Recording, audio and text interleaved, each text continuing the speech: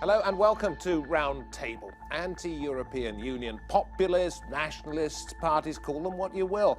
They have been on the march across Europe in recent years, and elections in May could see them make more gains. Is the European Union facing a threat from the inside?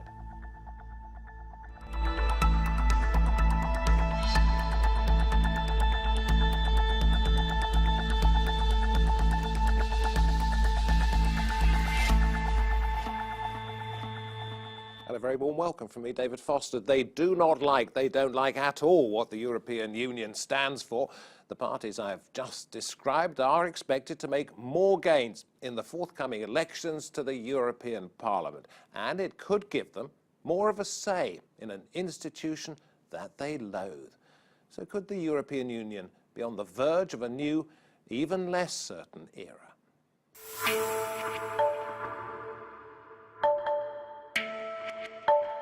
The European Union is worried about an enemy within. Nationalist, anti-EU parties are projected to make big gains in next month's elections for the EU's parliament. And it could pose a threat to the European project. Some estimates suggest a third of parliamentary seats could go over to Eurosceptics, giving them a much bigger say over EU laws. In the Netherlands, the far-right Forum for Democracy is now the biggest party in the upper house, after last week's regional voting. In France, Germany, Greece and elsewhere, nationalist parties have made unexpected gains in recent years. On top of that, intelligence agencies say Russia could be gearing up for a disinformation campaign to undermine the EU. With 300 million people eligible to vote and Europe at a political and social crossroads, the elections could be significant for the EU's future direction. Please say that joining us from the European Parliament in Strasbourg, we have Mike Hookem, Deputy Leader of the UK Independence Party, UKIP, who is a member of the European Parliament for now. In the Roundtable studio, we have Denis McShane, former UK Minister for Europe, also Anna Nadabaidze from the Open Europe think tank, and Dr. Russell Foster, a lecturer in European politics at King's College, London. Starting off with you, first of all, Mike, strange to think, isn't it, that one day pretty soon, because of Brexit, you may well be out of a job, and you'll be delighted. Absolutely. I mean, we've always said that we was the turkeys that voted for Christmas. I've worked for over 10 years to get Great Britain out of the European Union, and we thought we'd done that, and this Friday we was leaving. But obviously that's not going to happen now because of a terrible deal that Theresa May's brought back from the European Union. So it looks as though we're going to be stuck here for a bit longer. With regard to your work to get Britain out of the European Union, in your time in Strasbourg, what do you think has changed? Why are you perhaps more sceptical now than you ever were? Why has it reinforced your beliefs that Britain's better off out? Well, because the legislation that's coming through now is being ramped up. I mean, we're getting votes now that we're doing one at lunchtime, one at 6 o'clock. You know, we never used to do that. They're shoving as much through as they can, and their position has hardened. You know, what they're giving Great Britain at the moment is a punishment deal, and it's basically saying anybody else, any one of the other 27 member states who thinks about leaving the European Union, look at what we did to Great Britain. And, you know, this is how these people are dealing with us, and we're seeing it in the chamber now. But you know, I just think now that they're going to go for an extension to Article 15, and we will not be leaving, as was promised. I think it was 108 times by Theresa May in the Parliament that we would be leaving on Friday, and that's now not going to happen. In terms of the broader picture across Europe as a whole, some of the predictions are that populist, if you like, or Eurosceptic parties are going to get 1/3 of the seats in the European Parliament. It's not just Britain, is it, which seems to have a problem with what's going on where you are? No, it isn't. And I mean, people use this term populist. Well, it's terrible when you are a popular political party, as we are. And it's, you know, we are fighting for this, but we can see it right across Europe with other parties that are now fighting. Some are fighting to reform the European Union, which I don't think they will ever do, but some are going to be fighting to come out of the European Union. And I can see with these elections that's coming forward now, I can see lots and lots more Eurosceptic parties coming in, and I think it's going to be an absolute nightmare for Mr. Barnier and Juncker and Verhofstadt and Weber and all of these federalists, you know, you're the Europhiles, when all of these parties actually get into that plenary and sit there and take them to task. You're right to say that it's not a homogenous group, is it? I mean, so many of these, if you want populist parties, have different agendas. Is there any one thing with regard to the European Union upon which you think they agree? They all detest it. That's one thing that they all say. The European Union, the way it's going now, is wrong. It's wrong for national governments. We need to be able to, as a country, and I speak on behalf of Great Britain, that we need to be out of this, you know, and we need a sovereign parliament. Again, sovereign borders, and we need to be out of this. And I think that's right across the European Union. These other parties that are coming through all say they want more say in how their countries are controlled. And that is your main objection. Are there others?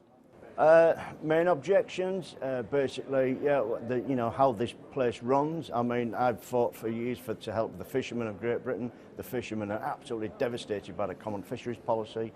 Many of those people have gone bankrupt. There will be many more in the next 2 years that will go bankrupt. This is our waters, British fish, caught by British fishermen, landed in British ports, processed in British factories and exported around the world. You know, this is the sort of thing we want. We want now to get back to the old days where it's British manufacturing, British exports, getting out there. And, you know, this is why we say a WTO deal would be very good for us. We want to be out there trading with the rest of the world and trading with Europe and the 27 member states. We've said this from the beginning.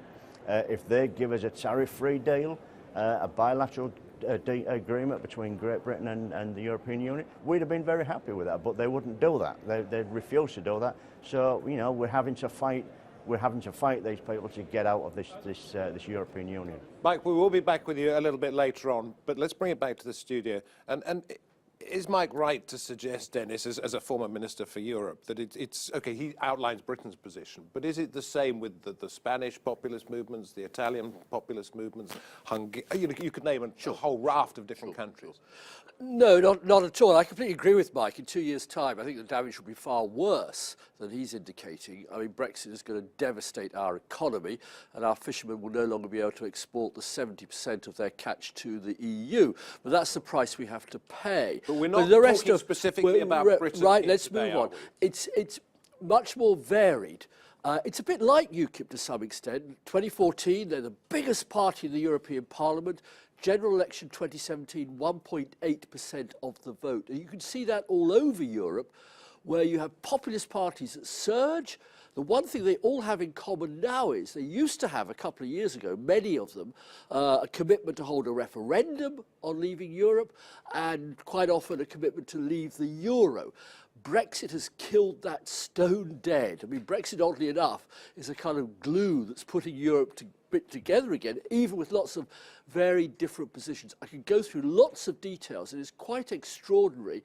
And very often when the populist parties become the establishment, like in Poland, for example, and we're now seeing most of the polls in Poland saying that the more pro-European opposition, it's actually called the European Coalition, will get the most votes in the European Parliament. So it goes up and down all the time.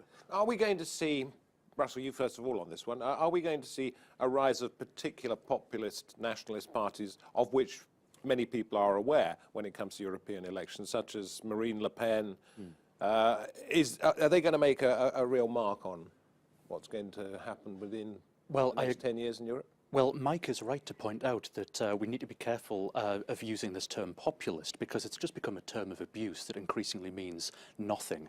We will see a rise of Eurosceptic parties across Europe, depending on where in Europe. So the research I'm doing at King's College London is arguing that there are 3 European unions. We've got the Northwest Industrial Core, whose populations resent the amount of money they're paying to other countries. We've got the Mediterranean littoral, who are on the front lines of austerity and migration, and then what is awkwardly called the post-Soviet states. Now, in the Mediterranean, we'll see right-wing and left-wing Eurosceptic parties making gains in the elections. In the post-Soviet states, we'll see nationalist right-wing movements making gains. What unites them is not a contempt for Europe, but a concern, as Mike pointed out, that Europe is not working the way that it should be. And although they've got very, very different agendas, some favour some sort of a European alliance, some favour nationalism. Although they've got a lot of differences, what does unite them is that they think that the current system is broken and needs to be fixed. And are they going to be able to work together? Yes, they are. We can take an example from national elections. Take a look at Italy, where we've got the pretty far left, and not the far right, but towards the far right, working together in alliance because of their dislike of centrist liberalism. So we are going to see left Eurosceptics and right Eurosceptics sort of forming this unholy alliance against the centre. And Anna, do you think, therefore, that we are seeing the beginning of the end of the EU as it is now, because there will be a united front, even if it is made up of a multitude of different positions and opinions, but they could come together to change the European Union as it is now? I just don't really see that this populist cooperation as something that is an institutionalized or long-term process. Yes, they might cooperate, as we saw in Italy, but even in Italy, there remains several differences between Mr. Salvini and Di Maio on fiscal policy, for instance, and in regional elections, they are not in a coalition, so it might happen that populist parties could work on some issues, but it might mostly be ad hoc cooperation. We see them talking together, we see them meeting, the media is reporting on that, and so we have the feeling that there will be some kind of great populist wave, but it's not necessarily something cohesive. Is anybody listening at the centre of all of this to these complaints? To the, you mean? Well, these groups are complaining about what they see as an unfair, unjust and unbalanced system run by certain people. Are those certain people or organizations listening to the complaints as they come? I have the feeling that some of them are listening, and Mr. Macron, for instance, he's not in the EU institutions, but he feels that Pivotal. Yes, I mean, it's going to be, it's not as if it's going to be a battle between two, the pro-EU camp and the populist camp. Both of these camps are divided, and it's not a fair way to portray this election as divided between these two camps. But others will try to address people's concerns in order to also address the rise of populist parties. Okay, well, very much. I mean, of course Macron's listening. He's had mass demonstrations in the streets of Paris and other towns since the end of November. But answer me this, is that because the demonstrators, the Gilets jaunes, hate his policies in France, or they hate what the European Union is doing? Marine Le Pen is supporting them to attack Macron. Her position is anti-European. Now, it's interesting that since those protests started, and Marine Le Pen was right in there, so was a guy called Jean-Luc Mélenchon, who heads the hard left party, les Gilets jaunes against Europe. In both cases, her party and the Mélenchon party have declined in popularity, and Macron now is clearly ahead, not dramatically ahead, and that's what we're seeing, I think, a little bit all over Europe. I completely agree with Nadia. The idea that in Italy, that's an alliance against nature, and the idea, believe me, this idea there's going to be 235 hard right anti-European MEPs, I don't know where that figure comes from, it's nonsense. The vast majority, if you add together the centre-right, centre-left, Liberals, Greens, left parties, and some populist parties, you're talking about over 500 MEPs. The rest, yes, but they're split between those who love Putin, those who hate Putin, those who want the EU to transfer far more money to them, those who want, like in Italy, the northern countries to take their immigrants and refugees and their right-wing friends in Austria and Germany say, you must be joking, keep them in Italy. So it's quite incoherent, all of this. Let me interrupt for a moment, Dennis, if I may. And Mike, I will come to you in just a second. But I want to put it to you, first of all, Russell, that I wonder if, as I said to Dennis, the people who are complaining on the streets and at the ballot box are complaining about policies within their own country, or whether they're complaining about the European Union. Well, this is precisely the problem, that the European Union ends up getting blamed for things that the EU is not responsible for, and in some cases, things that the EU actively tries to help. So if we take, say, Northern England or Eastern Germany, where deindustrialisation has been had a huge impact on people's lives, the EU Development Fund has worked towards alleviating that, and yet the EU still gets blamed for global changes or national failures. You were asking earlier as to whether people in the centre of Brussels are listening. I think they are, but they'll find it really, really difficult to respond. The EU is incredibly difficult to reform. It does seem to survive every crisis that comes its way, but it's really difficult to reform. And as national governments continue to face problems, crises, Europe will still get blamed for these. So it largely doesn't matter what Europe does, it will become a scapegoat. And I'll come back to you in a little while, but Mike, we've left you alone for too long in a place that you don't really want to be left alone in. You'll be able to leave fairly soon. Tell me about the reforms as suggested by Russell. The people are perhaps listening at last. Do you hear that? No, the European Union, their fault has always been that they don't listen. They are right and everybody else is wrong. If when David Cameron had come over here in the first place and tried to get some reform from these people, if he'd come back with something, I don't believe the 2016 referendum would have occurred. But he came back with nothing because these people wouldn't listen to him, and they never listen. And when they are told, they just turn a deaf ear. And these people need to start listening. And we're seeing the yellow vests in France campaigning against high fuel prices and all the rest of it. That now has been taken over by the far left, and it's now they're now taking over and destroying property and destroying jobs and everything else. But these people are not listening to this, and people are going to start demonstrating right across Europe, and I can see they're demonstrating in Great Britain as well. Europe will never listen, the EU will never listen, because they just do not think that they are wrong. If you think these disparate groups are all intent on perhaps bringing down the European Union, and perhaps that they might be succeeding in the first steps of that, do you see any dangers in the EU crumbling? No, I think they'll go back to national governments, sovereign governments, and we'll get back to being proud of who you are, whether you're French, German, whatever you are, and being proud of it. I'm not a European. I'm an Englishman, and I'm a Yorkshireman. That's what I'm proud of being. Never ever call me a European. I am not. Thank you very much, Mike. Back to you for the end of the programme. Anna, did we not see the dangers of not having a united Europe, if you want, in the federal sense, with two world wars in the 20th century? I mean, Mike says there is no danger in it. Go back to simple sovereignty, which is nationalism, which is what led us to what happened in 1914 and 1939. Well, yeah, but if we look at public surveys across Europe, people do feel European, and they can feel both German, French, and Irish and European. I think that's, if we look at the public opinion, that's not something that risks collapsing. I mean, it's not as big as we were just Do you think people feel as much European as they do, let's say, Spanish, French, Belgian, Dutch? Well, in many countries, the positive opinion of the European Union has increased in recent months and perhaps years. People feel like they actually benefit, that they gain something from the EU. I don't really see how such an institutionalized process can just reveal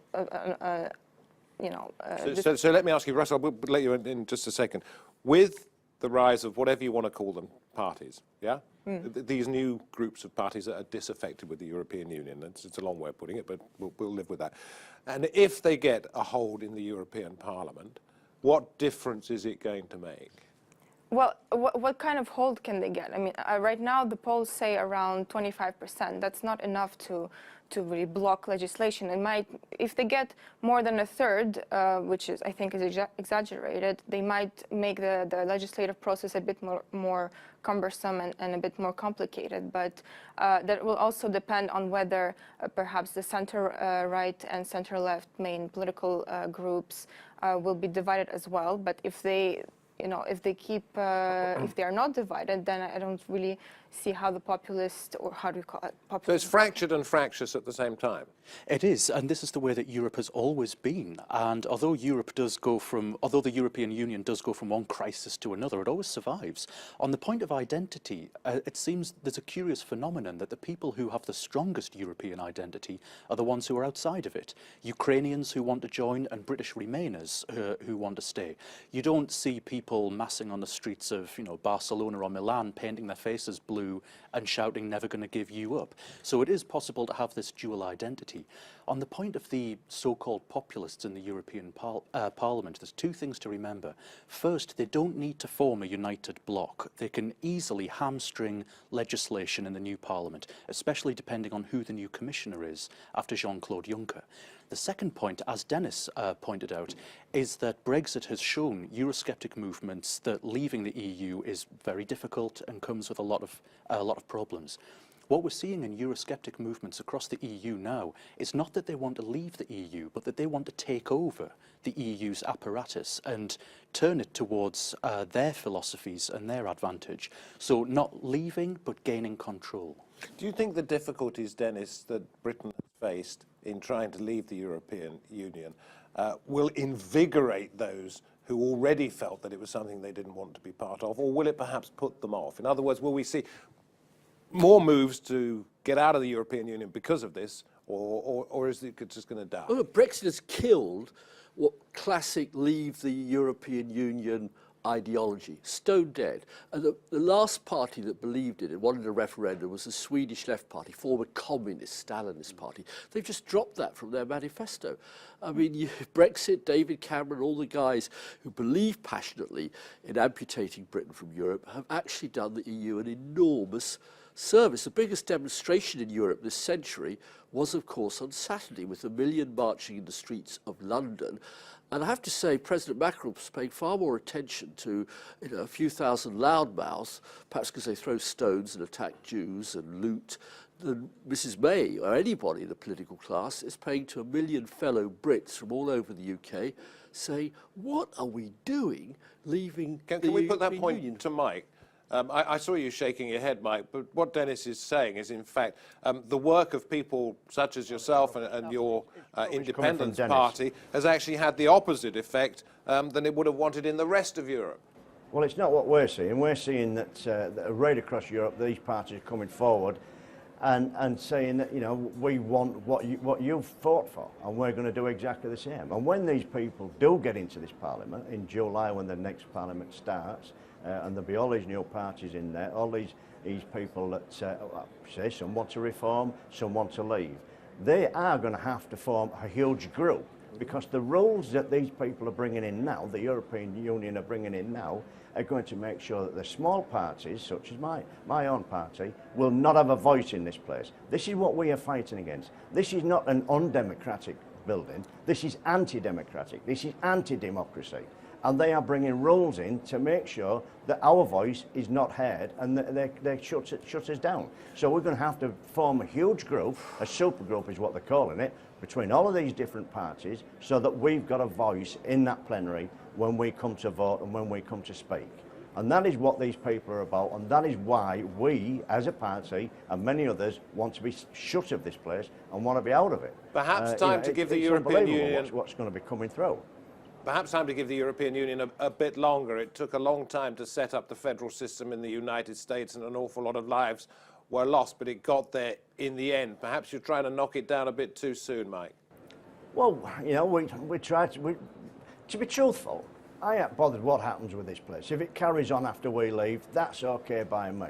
We came in as a party to tell the people exactly what goes on in this building, and we won that referendum.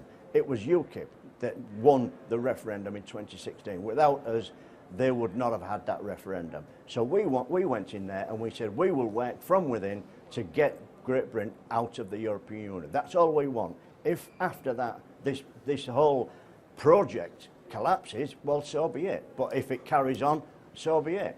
Okay, What we Mike, want, we're going to have to what say I want, goodbye. what my party want, and what we are focusing on. We're going to have to is say getting goodbye. Great Britain Perhaps out it's of going to be the European last Union. time that we talk to you in that place, but you're always welcome to come into our studios and debate I it very further. much doubt it. So Dennis says thank you very. Dennis says he thinks it's killed the idea of independence from an awful lot and the rise of nationalism. Is that something we've got to be pretty quick on this? Is it something with which you agree, Russell?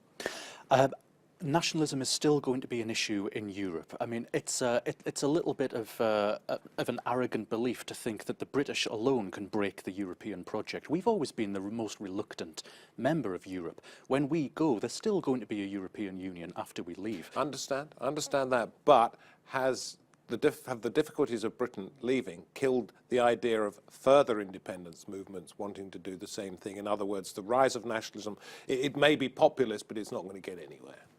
Oh, I agree. Leaving the EU is just, as we saw with Brexit, it's just not a viable option, or leaving the euro. No major populist party is advocating either of those options. Okay, so we're going to see some changes. We're going to see more populist, Eurosceptic MEPs, but we're not going to see them achieving very much in terms of their ultimate desires if they happen to be independence-minded. Mike, thank you very much indeed. I know that's not your thought, but that is the thought of the panel here. We appreciate your time from Strasbourg, and from Dennis, from Anna, and from Russell, and from me. Thank you very much indeed for watching. It is time for us to leave, if only it were that easy in every sense.